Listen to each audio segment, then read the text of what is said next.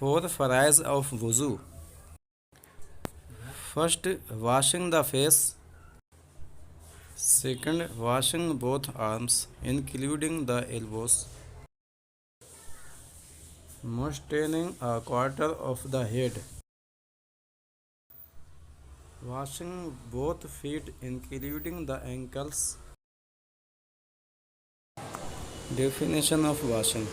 Washing an organ means flowing of at least 2 drops of water on each part of that organ.